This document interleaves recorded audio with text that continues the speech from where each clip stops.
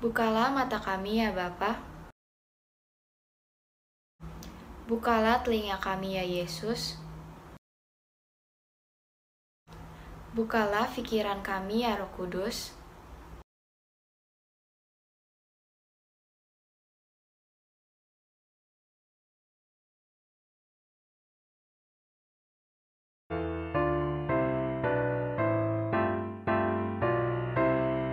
Terpujilah Allah, hikmat-Nya besar, begitu kasih-Nya untuk dunia cemar, sehingga diberilah putra-Nya kudus, mengangkat manusia serta menebus. Pujilah, pujilah, buatlah dunia bergemar, bergemar, mendengar suaranya. Dapatkanlah Allah demi putranya, beri puji padanya sebab hikmatnya.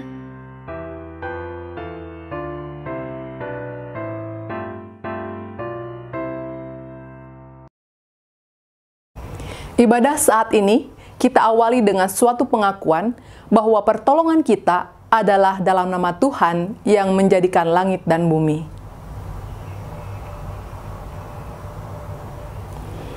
Kasih karunia dan damai sejahtera dari Allah Bapa, cinta kasih dari Tuhan Yesus Kristus, dan persekutuan indah dengan Roh Kudus kiranya memberkati saudara dari sekarang sampai selama-lamanya. Pertolongan kita datangnya dari Tuhan yang menciptakan langit dan bumi. Damai Kristus besertamu.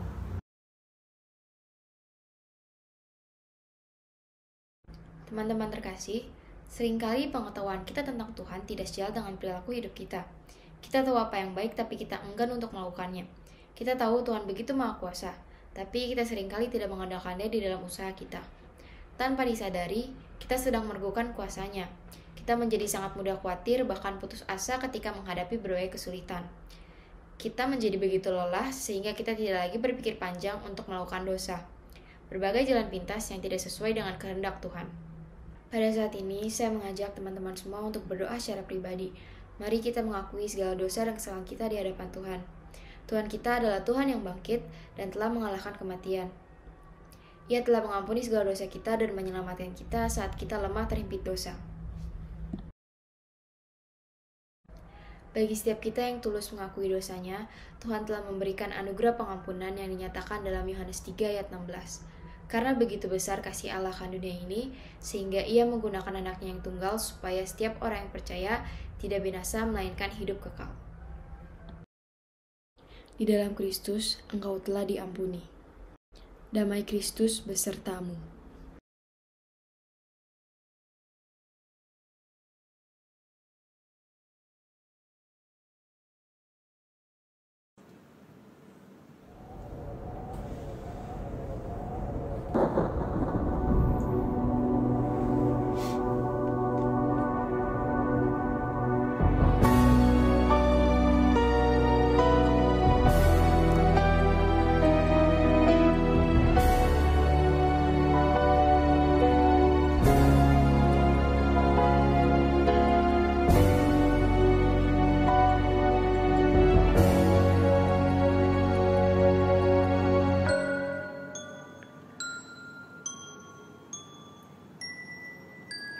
Di muka Tuhan Yesus, betapa hina diriku, ku bawa dosa-dosaku di muka Tuhan Yesus.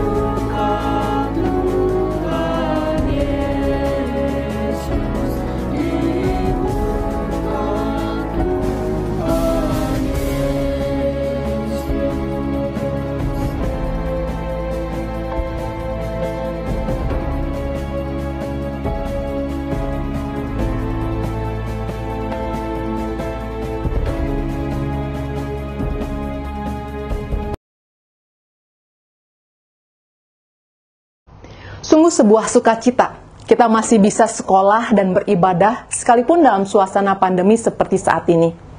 Perkenalkan, saya Pendeta Mary Lopulalan Malau dari GKI Gunung Sahari. Pada kesempatan ini, saya akan menyampaikan kebenaran firman Tuhan. Untuk itu, sebelum kita bersama membaca Alkitab dan merenungkan kebenaran firman Tuhan, mari kita terlebih dahulu bersatu di dalam doa, meminta pimpinan Roh Kudus. Mari kita berdoa. Tuhan Allah Bapa, kami sungguh bersyukur atas berkat yang Tuhan berikan. Biarlah untuk itu pada saat ini kami dapat merasakan kehadiran Tuhan yang begitu nyata. Ketika hati kami dan pikiran kami dikuasai kebenaran firman, kami hendak memberi diri kami untuk Tuhan bangun.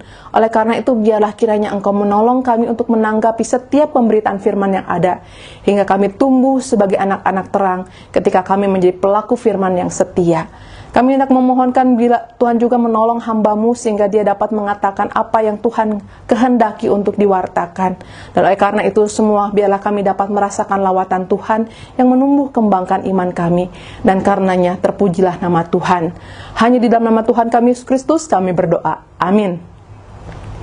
Bapak Ibu Guru dan seluruh siswa terkasih, Injil Yohanes 20 ayat 1-18 merupakan dasar pewartaan firman Tuhan kali ini. Untuk itu, mari kita dengar kesaksian penulis Injil Yohanes sebagai berikut. Pada hari pertama minggu itu, pagi-pagi benar ketika hari masih gelap, pergilah Maria Magdalena ke kubur itu, dan ia melihat bahwa batu telah diambil dari kubur. Ia berlari-lari mendapatkan Simon Petrus dan murid yang lain yang dikasihi Yesus, dan berkata kepada mereka, Tuhan telah diambil orang dari kuburnya, dan kami tidak tahu di mana ia diletakkan. Maka berangkatlah Petrus dan murid yang lain itu ke kubur. Keduanya berlari bersama-sama, tetapi murid yang lain itu berlari lebih cepat daripada Petrus, sehingga lebih dahulu sampai di kubur. Ia menjenguk ke dalam dan melihat kain kapan terletak di tanah. Akan tetapi ia tidak masuk ke dalam. Maka datanglah Simon Petrus juga menyusul dia dan masuk ke dalam kubur itu. Ia melihat kain kapan terletak di tanah, sedang kain peluh yang tadinya ada di kepala Yesus tidak terletak dekat kain kapan itu, tetapi agak di samping di tempat yang lain, dan sudah tergulung. Maka masuklah juga murid yang lain yang lebih dahulu sampai di kubur itu, dan ia melihatnya dan percaya. Sebab selama itu mereka belum mengerti isi kitab suci yang mengatakan bahwa ia harus bangkit dari antara orang mati. Lalu pulanglah kedua murid itu ke rumah. Tetapi Maria berdiri dekat kubur itu dan menangis. Sambil menangis, ia menjenguk ke dalam kubur itu. Dan tampaklah olehnya dua orang malaikat berpakaian putih. Yang seorang duduk di sebelah kepala, dan yang lain di sebelah kaki di tempat mayat Yesus terbaring. Kata malaikat-malaikat itu kepadanya, Ibu, mengapa engkau menangis? Jawab Maria kepada mereka, Tuhanku telah diambil orang, dan aku tidak tahu di mana ia diletakkan. Sesudah berkata demikian, ia menoleh ke belakang dan melihat Yesus berdiri di situ. Tetapi ia tidak tahu bahwa itu adalah Yesus. Kata Yesus kepadanya, Ibu, mengapa engkau menangis? Maria menyangka orang itu adalah penunggu taman, lalu berkata kepadanya, Tuhan, jikalau Tuhan yang mengambil dia, katakanlah kepadaku, di mana Tuhan meletakkan dia, supaya aku dapat mengambilnya. Kata Yesus kepadanya, Maria. Maria berpaling dan berkata kepadanya dalam bahasa Ibrani, Rabuni, artinya, Guru. Kata Yesus kepadanya, Janganlah engkau memegang aku, sebab aku belum pergi kepada Bapa. Tetapi pergilah kepada saudara-saudaraku, dan katakanlah kepada mereka, bahwa sekarang aku akan pergi kepada Bapakku dan Bapamu, kepada Allahku dan Allahmu. Maria Magdalena pergi dan berkata kepada murid-murid, aku telah melihat Tuhan. Dan juga bahwa dia yang mengatakan hal-hal itu kepadanya. Demikianlah firman Tuhan, yang berbahagia adalah kita semua, orang-orang yang percaya dan melakukan kebenaran firman Tuhan dalam hidup sehari-hari. Amin. Teman-teman, para siswa-siswi terkasih, di bulan September 2020 lalu, saya melihat sebuah berita yang membuat saya merasa begitu prihatin. Yaitu berita seorang anak ditemukan sendiri di Riau, dengan bekal secari kertas permintaan maaf dari orang tuanya. Mungkin teman-teman juga sempat membacanya di sosial media, karena pemberitaan ini ternyata menarik perhatian banyak orang sehingga sempat viral. Teman-teman, saya mengajak coba kita membayangkan menjadi anak yang dibuang tadi. Usianya baru 8 tahun, wajah dan tubuh penuh dengan luka, bahkan kuku tangannya pun terlepas. Ibu yang menaikkannya ke atas motor ternyata kemudian meninggalkannya sendirian di pinggir jalan. Apa yang mungkin menjadi perasaan kalian? Sedih? Takut? Bingung, dan mungkin masih banyak hal lain yang kita rasakan. Dan saya membayangkan saat itu pasti rasanya ia tengah merasakan sakit di sekujur tubuhnya dan juga merasa sedih dalam hatinya. Teman-teman, saya mencari informasi lanjut mengenai berita ini dan menemukan informasi bahwa ibunya terpaksa membuangnya di pinggir jalan karena di rumah ayahnya sudah sangat marah hingga hampir memukuli anak ini sampai mati. Saya membayangkan pasti batin si anak juga terpukul oleh penyesalan sebab ternyata ayahnya menjadi sangat marah karena ia memang sangat nakal. Dituliskan informasi bahwa ia suka mencuri, bertengkar, dan banyak hal yang buruk dilakukannya setiap hari. Para siswa dan siswi terkasih, sebagai orang tua, saya tahu bahwa pasti tidak mudah membesarkan anak yang hiperaktif, suka berkelahi, dan mencuri. Anak yang selalu membuat keonaran bukan hanya di dalam rumah, dengan memukuli ke-6 adiknya yang masih kecil. Ia juga mencuri sehingga tetangga pun juga mengeluh. Pihak perkebunan tempat mereka tinggal mengeluhkan kelakuan anaknya. Bahkan ayah si anak tadi diancam akan dipecat karena ulah anak sulungnya ini. Itulah yang membuat ayah yang lelah bekerja sebagai buruh kasar merasa tidak tahan akan kelakuan anak sulungnya itu. Ia frustasi karena banyaknya persoalan yang dia alami. Hingga kemudian ia gelap mata dan sepertinya sudah kehilangan kendali. Teman-teman, kejadian kekerasan dalam rumah tangga merupakan kasus yang banyak ditemui di mana saja. Untuk itu, sekalipun saya berharap tidak ada di antara kalian yang mengalaminya, tetapi terbuka kemungkinan ada di antara kita pernah mengalami itu semua. Karena kita tahu hidup tidak selalu berjalan dengan apa yang kita harapkan. Oleh karena itu, pada saat ini kita diajak untuk mengerti bahwa orang tua juga manusia. Mereka bisa sampai pada suatu titik puncak kesabaran. Hingga akhirnya terjadilah ledakan kemarahan, puncak kekecewaan, serta kefrustasian menghadapi persoalan. Sehingga kita bisa mengerti kenapa ada pengumuman sudah tidak lagi diakui sebagai anak atau putusnya hubungan keluarga. Semua itu terjadi karena orang tua tidak lagi mampu mengasihi anaknya. Teman-teman, sebagai anak, saya dapat mengerti jika sekalipun kita tahu bahwa acap kali kita berbuat yang tidak pantas, tetapi kita sangat berharap orang tua lebih sabar dan lebih mengerti lagi. Rasanya semua anak akan berharap saat melakukan yang tidak baik, tetap mendapatkan anugerah dikasihi oleh orang tuanya. Dalam Injil Yohanes pasal 20 tadi, kita juga melihat situasi yang hampir sama. Kita dapat melihat bagaimana ada satu hal yang dialami dalam hubungan para murid dengan Tuhan Yesus. Tetapi di sini yang menarik, sesuatu yang tidak banyak kita temukan dalam kehidupan sehari-hari, yaitu satu tindakan unconditional love yang Tuhan Yesus anugerahkan kepada murid-muridnya. Kenapa saya katakan demikian? Sebab kita tahu bahwa para murid telah mengkhianati Yesus, khususnya Petrus. Ketika dikatakan ia bersama murid lainnya membiarkan Yesus sendirian mengalami pengadilan yang tidak adil. Mereka pergi karena hanya memikirkan diri sendiri. Petrus juga tidak terlihat ketika Yesus tengah mengalami siksaan sampai menyerahkan nyawanya di atas kayu salib. Petrus bersama dengan murid-murid lainnya nampaknya kemudian bersembunyi di kamar yang tertutup dan membiarkan para murid perempuanlah yang mendampingi Yesus. Merekalah juga yang kemudian pergi ke kubur Tuhan Yesus. Akan tetapi teman-teman, ketika Yesus bangkit dari kematian, di sana kita tidak menemukan informasi bahwa Tuhan Yesus menjadi marah kepada Petrus dan kawan-kawannya. Tuhan Yesus tidak mengatakan setelah apa yang Petrus dan teman-temannya lakukan, maka putuslah hubungan guru dengan murid. Saat itu ketika kita membaca Injil Yohanes 20 ini, saya merasakan satu bentuk pemakluman dengan dasar kasih yang dinyatakan oleh Tuhan Yesus kepada para murid.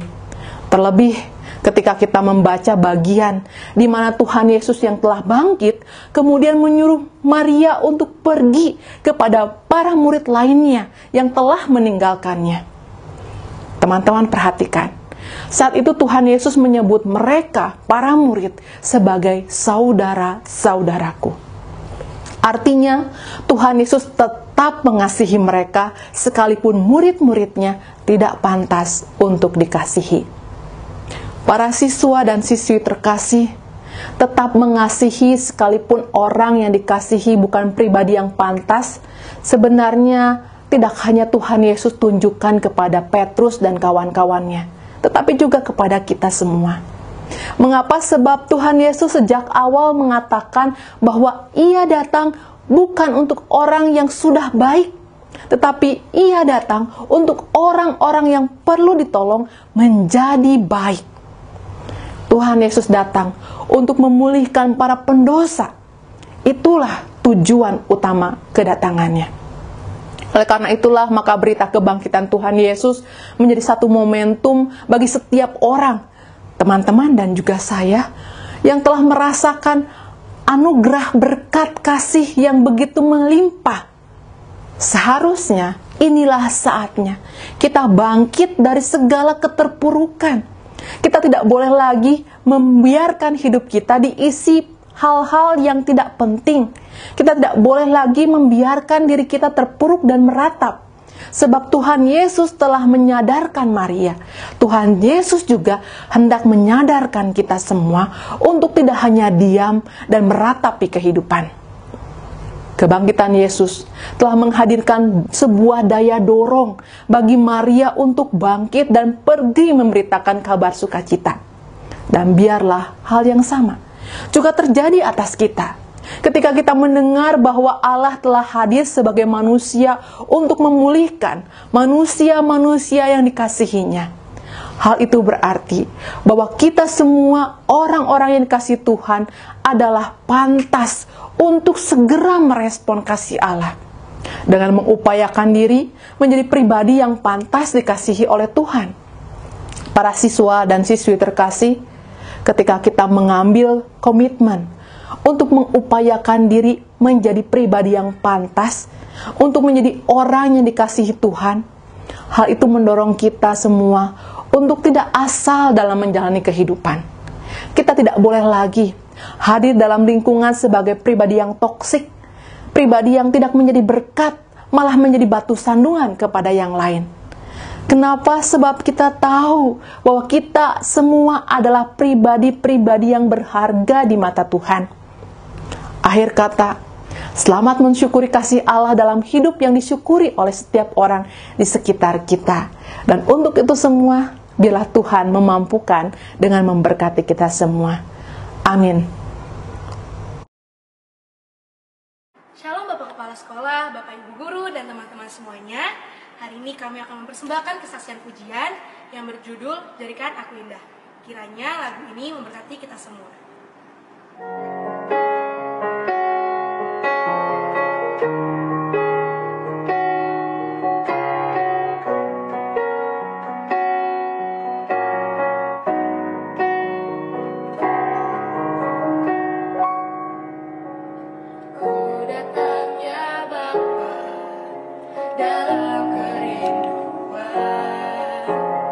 Memandang keindahan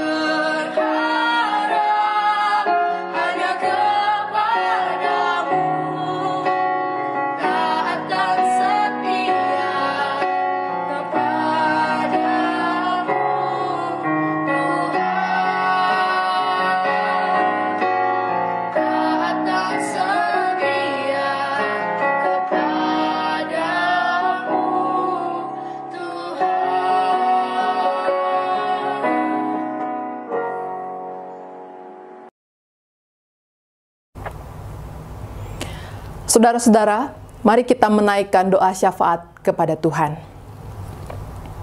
Tuhan Allah Bapa yang bertahta dalam kerajaan sorga, sungguh kami bersyukur atas segala pekerjaan Tuhan dalam kehidupan kami. Kami bersyukur sebab Tuhan terus memberikan kebaikan di tengah kehidupan yang penuh pergumulan sekalipun. Oleh karena itu, bila kiranya Engkau terus memberkati kami dengan ketabahan dan kesabaran, hingga kami dimampukan untuk terus melakukan yang terbaik. Pada saat ini Tuhan, kami hendak membawa di dalam doa puji dan syukur kepada Tuhan karena proses belajar mengajar yang telah berlangsung selama ini dalam situasi pandemi. Kami bersyukur karena Tuhan telah menolong teman-teman kami yang ada di kelas 12 hingga mereka telah menyelesaikan tahapan demi tahapan proses yang harus mereka tempuh. Oleh karena itu, biarlah kiranya Engkau memberikan hasil atas setiap upaya yang dikerjakan oleh teman-teman kami, hingga mereka dapat terus menaikkan syukur karena berkat yang Tuhan berikan. Kami pun Tuhan hendak membawa di dalam doa keberadaan teman-teman kelas 10 dan kelas 11. Biarlah Tuhan terus menolong mereka sehingga mereka dalam upaya untuk terus melakukan bagian mereka ada dalam proses pendidikan. Tuhan memampukan mereka untuk melakukan yang terbaik juga. Kami juga hendak membawa di dalam doa, biarlah Bapak Ibu Guru, Tuhan berikan kesabaran, Tuhan berikan semangat untuk terus memberikan yang terbaik, menjadi berkat bagi teman-teman yang terus ada dalam proses studi yang ada. Tuhan, kami percaya bahwa Engkau punya rencana dalam setiap tahapan kehidupan kami. Oleh karena itu, biarlah kami yang tengah berdoa ini dapat melihat setiap berkat yang Tuhan telah siapkan. Dan oleh karena itu, biarlah hati kami dikuasai oleh ungkapan syukur. Kami juga hendak membawa di dalam doa, biarlah kiranya dengan demikian Engkau membekali kami dengan kemampuan melakukan yang terbaik ketika Tuhan memberikan kesehatan sebagai anugerah bagi kami semua. Kami hendak memohonkan biarlah para orang tua, guru, dan siswa mendapatkan berkat dari Tuhan, kesehatan hingga semua bagian kami dapat kami kerjakan dengan maksimal. Kami juga hendak membawa di dalam doa biarlah kiranya Engkau memberkati para orang tua yang terus melakukan bagian mereka sebagai perpanjangan tangan kasih Tuhan, memberkati kami sebagai anak-anak. Oleh karena itu, biarlah setiap pergumulan keluarga yang ada di tengah kehidupan kami, Tuhan juga turut campur, hingga damai sejahtera Tuhan dapat kami rasakan di tengah kehidupan kami sehari-hari. Inilah doa yang tidak sempurna, yang hendak kami naikkan hanya di dalam satu nama, Tuhan kami, Yesus Kristus. Amin. Saudara-saudara, marilah bergandengan tangan dan bersama-sama saling mendukung sebagai suatu komunitas iman yang berani berubah dan menjadi dampak bagi diri sendiri dan orang lain. Mari kita menaikkan pujian, kita harus membawa berita.